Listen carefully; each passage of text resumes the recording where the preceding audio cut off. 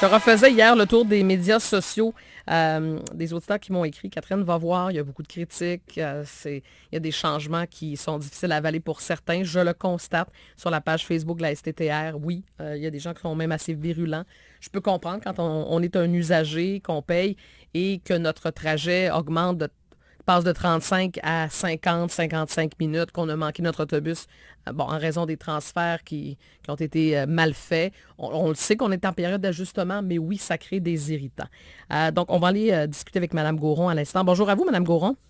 Oui, bon matin. Bonjour, Mme Gauron. Ça vient tout juste de s'organiser, ce comité-là. Disons, ça s'organise depuis à peu près je vais regarder dans mon agenda, Non, le 17 juin, OK. lors d'une réunion de la STTR pour nous informer de machin, on s'est rendu compte qu'il y aurait un gros problème. Parce que déjà, les réunions étaient mal organisées. Ouais. On s'est dit, pour le reste, mon Dieu Seigneur, ça va être difficile.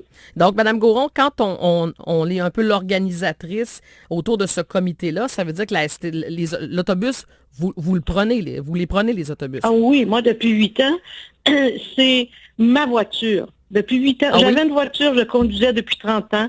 J'avais plus le goût. J'étais tannée, ça me stressait. Donc, j'ai pris l'autobus de la ville. J'adorais. Je faisais tout ce que je voulais, les yeux fermés. J'avais pas de problème. Maintenant, c'est autre chose. Ah oui. Donc, vous, mais là, vous nous parlez des rencontres d'information qu'il y avait eu, puis on le sait, là, ça a été un peu chaotique, là, surtout oui, chaotique, oui, c'est le mot. Oui, c'est le mot. Et là, depuis la semaine dernière, depuis qu'on a mis en place les nouveaux trajets, de votre côté, est-ce que vous entendez autour de vous, il y a plus de négatifs que de positifs? Ah oui. Je dirais, j'ai beaucoup d'informations de la part des chauffeurs. Je veux dire, on écoute tout ce qui se dit. Hein? Je me suis promenée du matin au soir dans les autobus, simplement pour me promener. Je suis restée à l'UQTR pour voir dans les transferts qu'est-ce qui se faisait.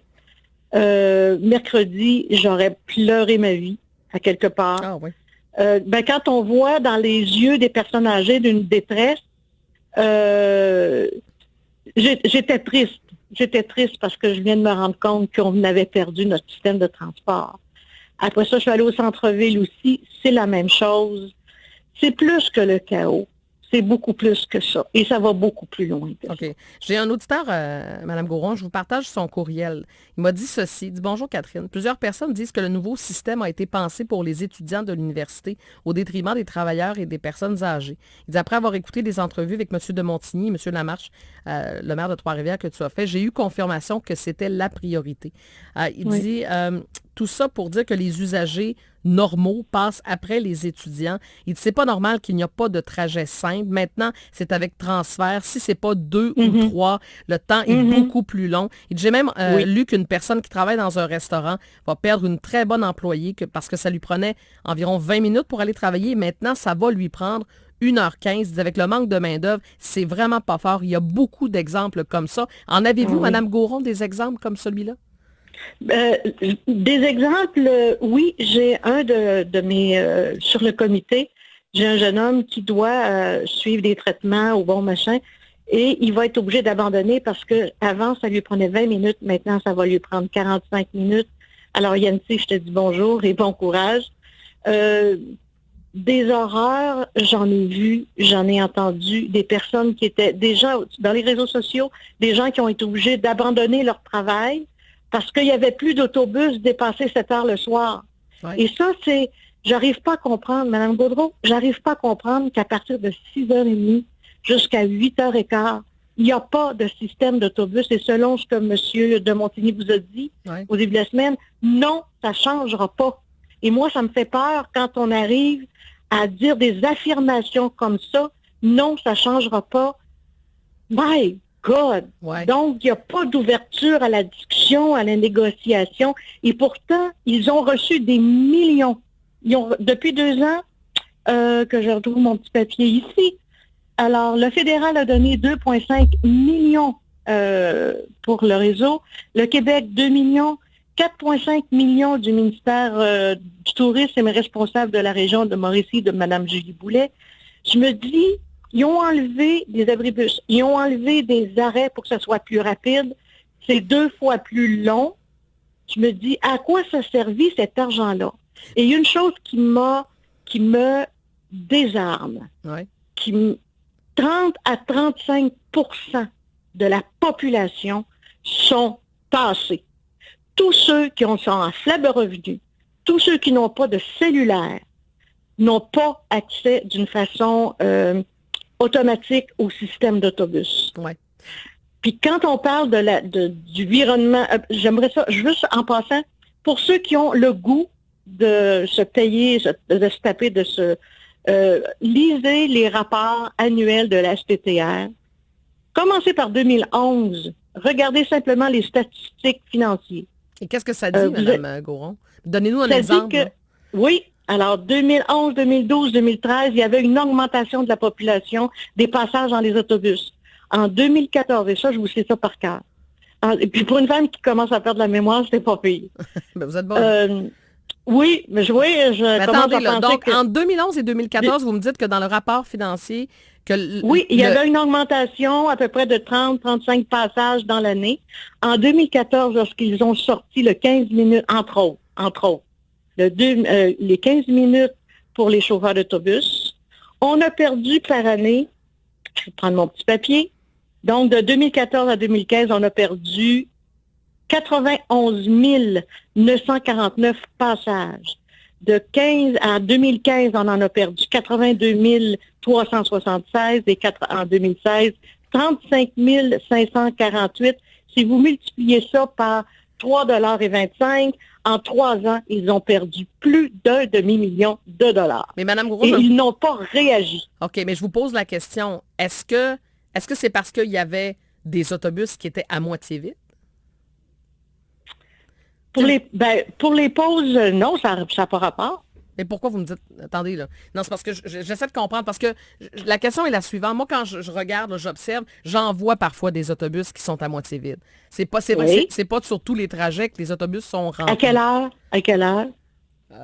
Des fois, ça va être début d'après-midi, quelque part dans l'après-midi, notamment. Évidemment, je suis pas là toujours sur les heures de pointe, mais dans les autobus, Mme Goron, vous les prenez, là. C'est pas toujours plein. Oui, on se comprend là-dessus. Oui, puis moi, mon heure préférée, c'est vers 1h30.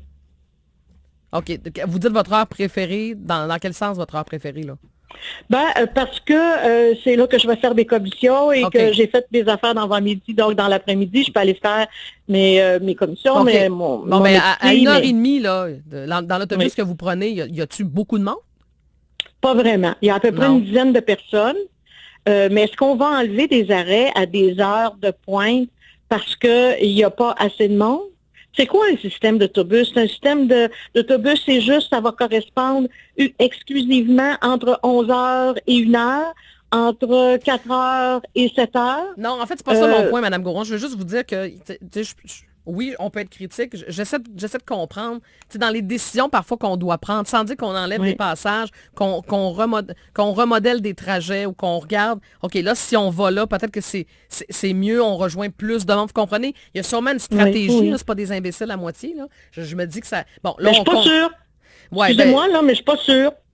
Okay, quand tu perds un demi-million en 3 ans, là, je ne sais pas si vous le savez, là, mais moi, j'aurais réagi, là. OK. Et vous trouvez qu'ils n'ont pas assez ou ils n'ont pas du tout réagi? C'est ce que vous me dites ce matin? Ben non. Okay. Ben non, ils ont sorti après ça la puce pour les étudiants. Oui, ça a augmenté, mais actuellement, ce qu'ils vont perdre, ils vont perdre encore une partie, puis ils vont dire, ah oui, c'est l'adaptation, les gens ne s'adaptent pas.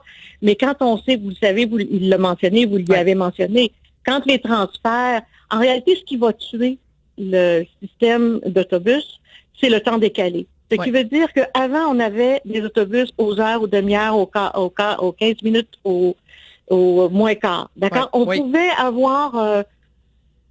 avoir se fier à peu près, j'ai à peu près 5 minutes, on le savait. On pouvait se débrouiller facilement sans cellulaire. Sans cellulaire. Ouais. Maintenant, avec les heures décalées, ce qui veut dire que tu peux avoir un autobus à 8h35. Après ça, ça peut être 9h moins 1. Après ça, ça peut être à 9h20. Ça peut être après ça à 10h. Il n'y a pas le même... Il moment dans la journée qui est fixe. Aucun. Ouais. Et c'est ça qui va tuer. C'est pour ça que les transferts sont si difficiles. Et c'est pour ça que ça prend 2 fois plus de temps. Ça, je comprends. Madame Goron, là, il s'organise quoi là, avec le comité? Vous prévoyez faire quoi avec ce qui se passe actuellement? Avant de vous dire ça, je vais vous dire une chose dont on n'a jamais parlé. De la violence, moi je la dénonce, la violence sournoise qui se fait actuellement dans notre réseau de transport. Toutes les personnes qui n'ont pas de cellulaire, actuellement, il y a les affiches, les horaires. Savez-vous qu'il n'y en a même pas les 3/4 d'installés?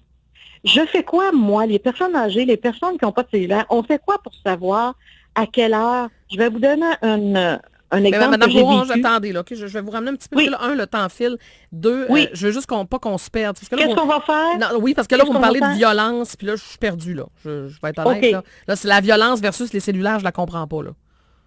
Ben, c'est qu'à partir du moment où je suis plus capable de m'orienter, Oui. je fais quoi?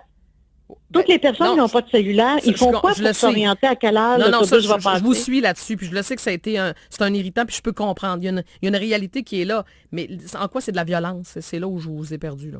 Ben, c'est parce que j'ai plus accès à mon autonomie et à mon transport. OK. Ben, ça vous atteint, oui, dans ce que vous êtes, dans la façon de vous déplacer, mais là, c'est pas de la violence. Ça se peut-tu qu'on C'est soit une forme de violence. Ouais. Quand tu es tassé, quand on te donne pas accès à ton transport d'une façon implicite, c'est une forme de violence sournoise. Oui, bon, je trouve votre terme un peu gros, mais je comprends ce que vous voulez nous dire. Mais bref, ma question était la Qu'est-ce qu'on suivante. veut faire? Qu'est-ce qui s'organise? Bon, d'abord, on a eu notre première rencontre hier. On a donc notre comité transitoire, il est complété. Ouais. Qu'est-ce qu'on fait? C'est de faire des représentations auprès de la STTR, leur montrer qu'est-ce qui a été oublié. Donc, la population vieille. Vous savez que, je ne sais pas si vous le savez, mais savez-vous que Trois-Rivières est la ville au Canada depuis le 3 mai 2017 où il y a le plus de personnes âgées. Ouais, Et c'est pas ceux-là qu'on dessert le plus. Oui, donc je le sais qu'on a une population. Mais Mme Goron, je vais vous ramener à ma question, OK? Parce que là, malheureusement, il faut que je termine l'entrevue. Là. C'est ça, on s'éparpille un petit peu. Vous faites quoi? Ben, plus de représentation, on arrive avec des solutions comme en ville, j'ai amené un livret qu'il y avait il y a à peu près 30 ans, où tous les circuits étaient installés dedans. Donc, c'était facile à amener. Donc, actuellement, on est obligé d'amener tous les 14 circuits avec nous pour être sûr d'être mobile. Leur apporter, leur dire, qu'est-ce qui aiderait les personnes âgées? Parce que le but de la STTR, c'est d'avoir le plus de clients possible, d'usagers possible. Oui. Actuellement, c'est pas ça. Hein, les gens veulent s'acheter des voitures, vous savez, ils veulent démissionner, ils veulent en avoir. Oui. C'est pas Madame une Goron, question de Madame Goron, OK.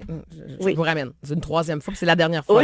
C'est parce que là, je vais être plus claire, parce que là, sinon le ton va monter un petit peu. Je vous ai demandé concrètement. Vous demandez une rencontre avec les gens. Être beaucoup plus présent aux réunions. OK, parfait. Être plus présent aux réunions et de la STR et de la ville. Parfait. Leur dire nos doléances dans le sens qu'est-ce qui marche pas et qu'est-ce qui marcherait. Okay. Parce que ça donne rien de critiquer, ça donne rien de monter le ton si on n'arrive pas avec des solutions. Ce qui me fait peur, est-ce qu'on va être entendu? Je pense qu'il y a une place aussi aux médias qui pourraient nous suivre, que ce soit STTR ou nous, c'est pas important. Mais on le fait ce matin, là. On le fait ce matin. Là. Votre message est entendu. C'était le but de l'entrevue. Mais de rester présent aux réunions et de leur apporter toutes les choses qui ne vont pas bien et de leur donner des informations, qu'est-ce qui pourrait marcher mieux. Parfait. Parce on est pris avec un système qui fonctionnera, je ne sais pas de quelle façon, mais avec le temps décalé, c'est clair qu'ils vont se tirer sur le pied là-dessus. Merci, Mme Goron. Parce que les transferts ne se font pas. Merci, Mme Goron. À bientôt. C'est moi qui vous remercie. Au revoir. Hélène Goron, organisatrice du comité citoyen de la STT.